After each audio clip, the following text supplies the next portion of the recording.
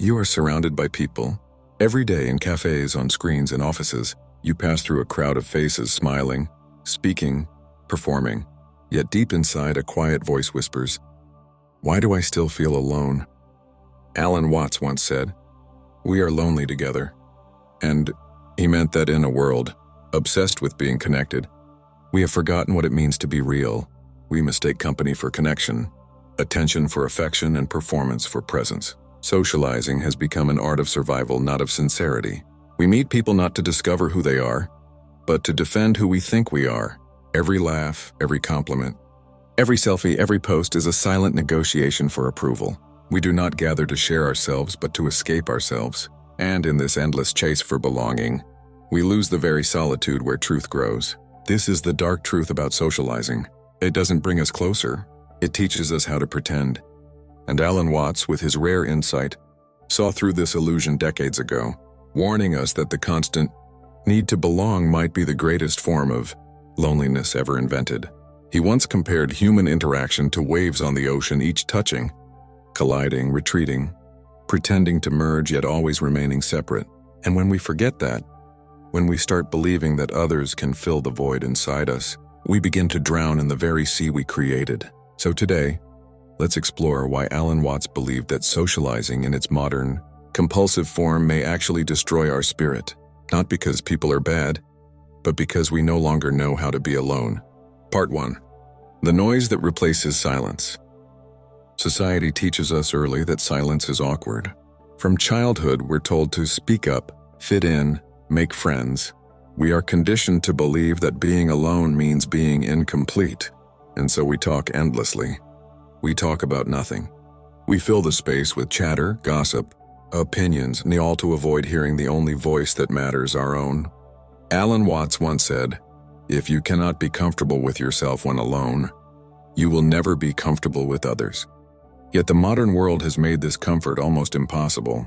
Our social lives are built on noise, constant stimulation that distracts us from the inner silence where understanding grows. We scroll through social feeds, send messages, react, respond, repeat, but rarely reflect. We crave to be seen because we have forgotten how to see. Watts believed that this constant externalization of the self, this obsession with being out there, creates what he called psychological schizophrenia. We become split between who we are and who we perform to be. In social gatherings, we wear faces masks that fit the crowd. Among friends, we play the comedian. At work, the professional. Online, the ideal.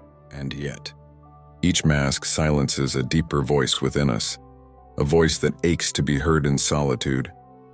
The tragedy is that most people never hear it. They move from one interaction to another, terrified that if they stop talking, they'll discover the emptiness behind the noise. Watts compared this to music. He said that most of us listen to the notes, but never the silence between them, and that silence is where the beauty lives. Socializing for many is just an escape from that silence, a refusal to pause long enough to feel who they've become, and so we keep dancing to the rhythm of noise, mistaking motion for meaning, connection for contact. But as Watts would remind us, the more you try to belong, the more you betray yourself. Because belonging is not found in others. It is found in the quiet recognition that you already are what you seek. Part 2. The mask of belonging. There's a strange paradox about modern connection. The more we talk, the less we communicate. The more friends we collect, the lonelier we feel. Alan Watts observed that society doesn't teach us to relate, it teaches us to perform. We network, we engage, we collaborate. But these words often hide a deeper insecurity. The fear of being invisible. We socialize not out of love, but out of fear. Fear that if we disappear from the room, no one will notice. Fear that silence means failure. Fear that being different means being left behind. Watts argued that this fear is the foundation of all false relationships. When you approach another human being from a place of lack, you do not meet them, you use them. They become a mirror that temporarily hides your emptiness. That's why so many conversations feel hollow, because they are not exchanges of truth, but transactions of validation. In our social media age, this has reached a spiritual crisis. We no longer ask, "Who am I?" but "Who am I seen to be?" Our self-image is outsourced to the opinions of strangers. And so, as Watts warned, we live in a society of mirrors, where each person reflects what they think others want to see, until nobody remembers what is real.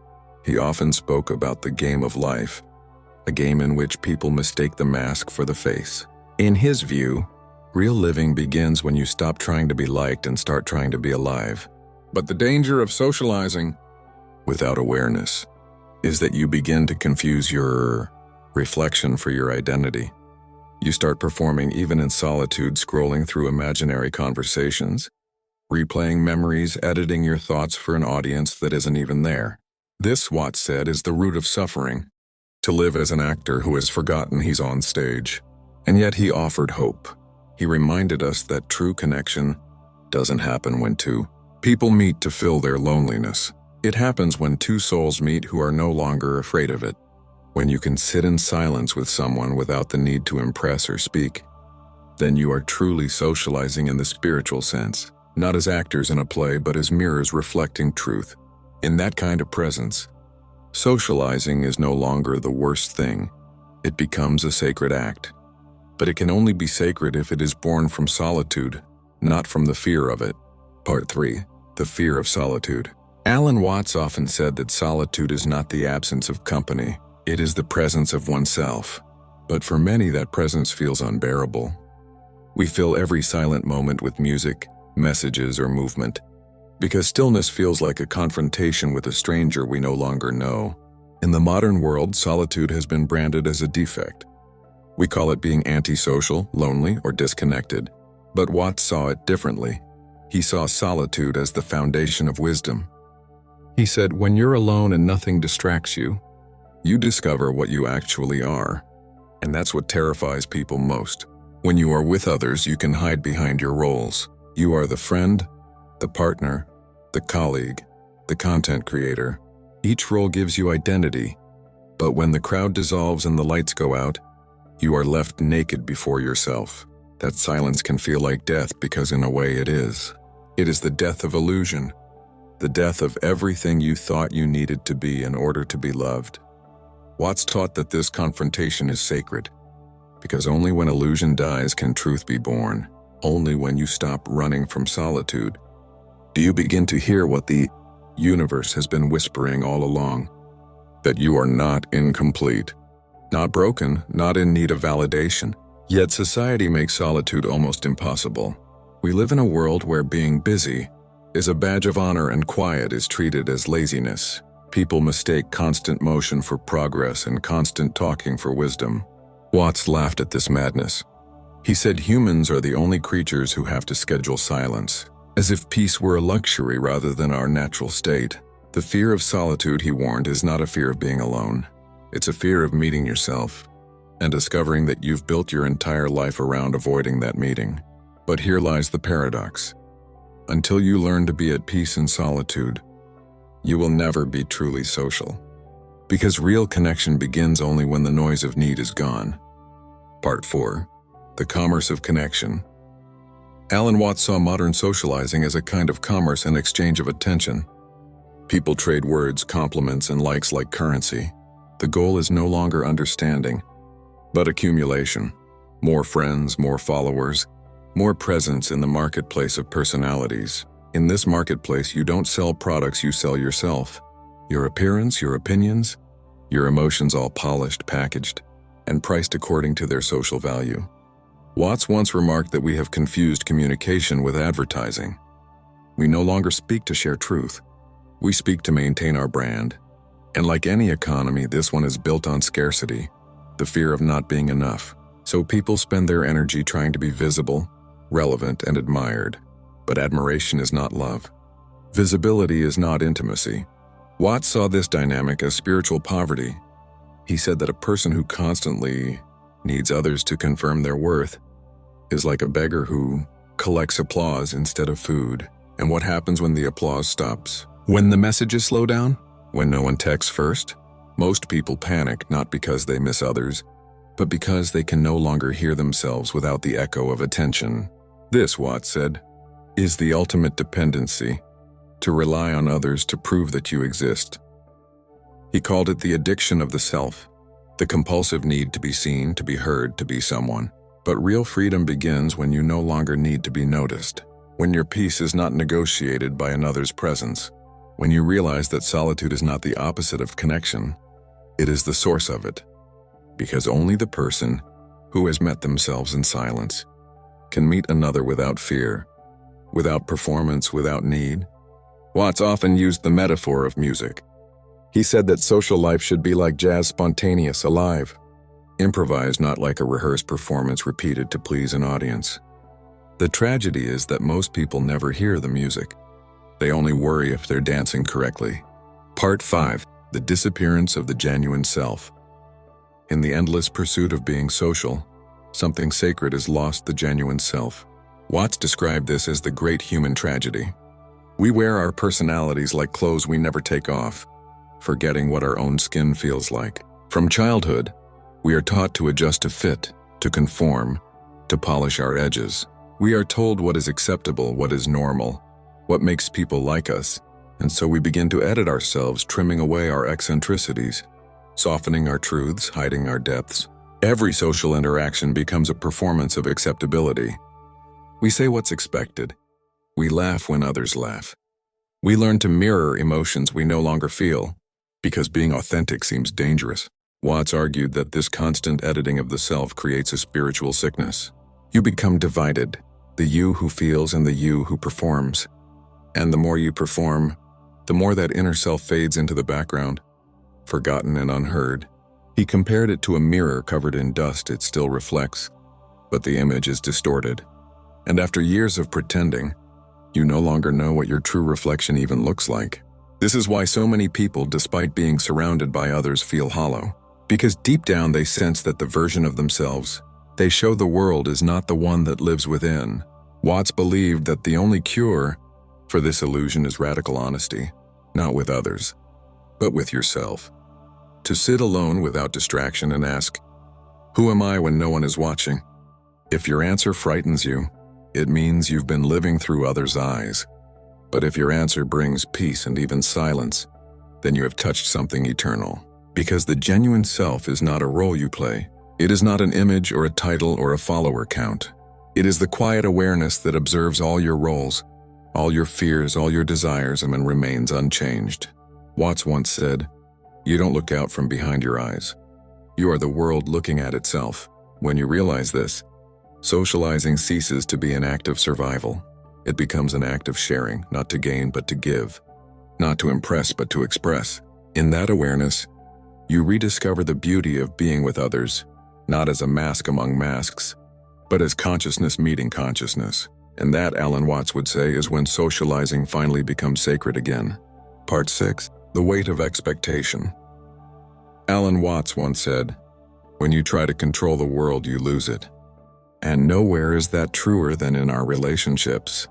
Every friendship, every conversation, every bond is silently burdened with expectation. We expect others to understand us, to validate us, to save us from the uncertainty of being ourselves. And when they don't, when they act differently, drift away, or fail to meet our invisible standards, we feel betrayed. But Watts saw this as the natural consequence of mistaking relationships for ownership. We want people to behave in ways that sustain our illusion of control. We want predictable love, consistent attention, endless reassurance. Yet life and people are fluid.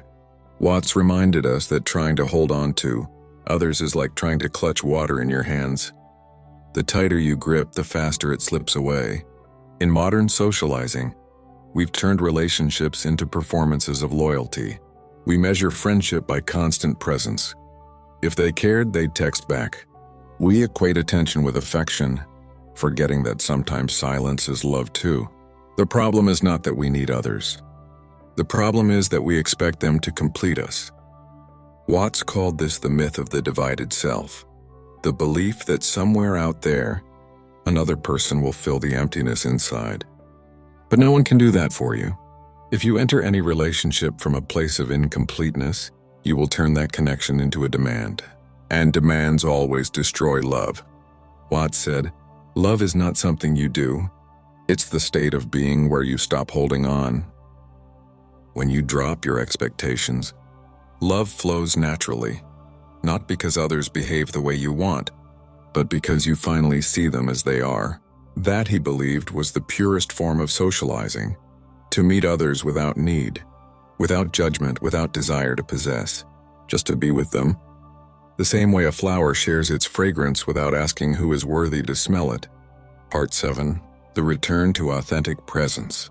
At some point after all the noise, the pretending, the endless search for belonging, a quiet realization dawns. You were never meant to fit in.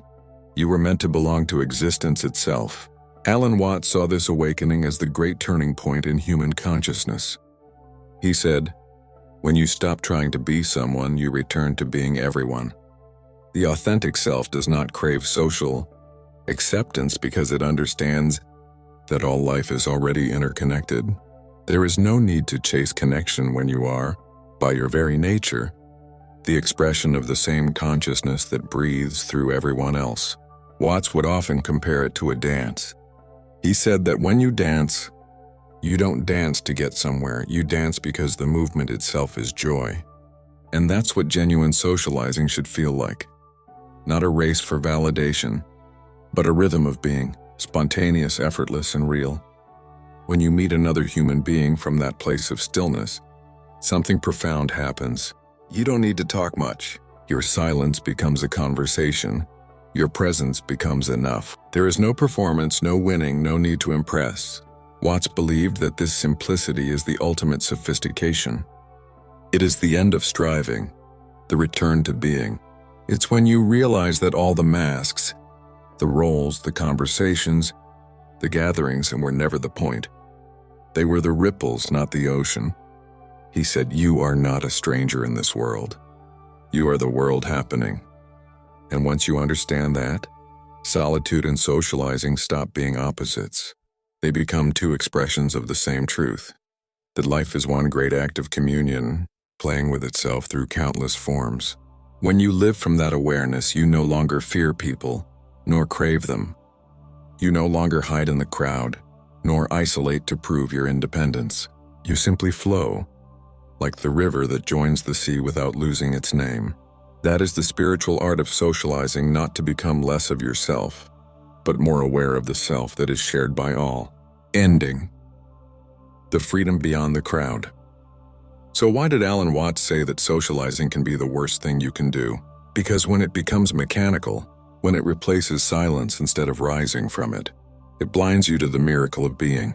You forget who you are trying to please, and in doing so, you lose the very essence that made you worth knowing in the first place. But Watts never condemned human connection. He simply warned that if you seek it without knowing yourself, it becomes a prison of mirrors. Each reflection showing you what you should be until the original disappears.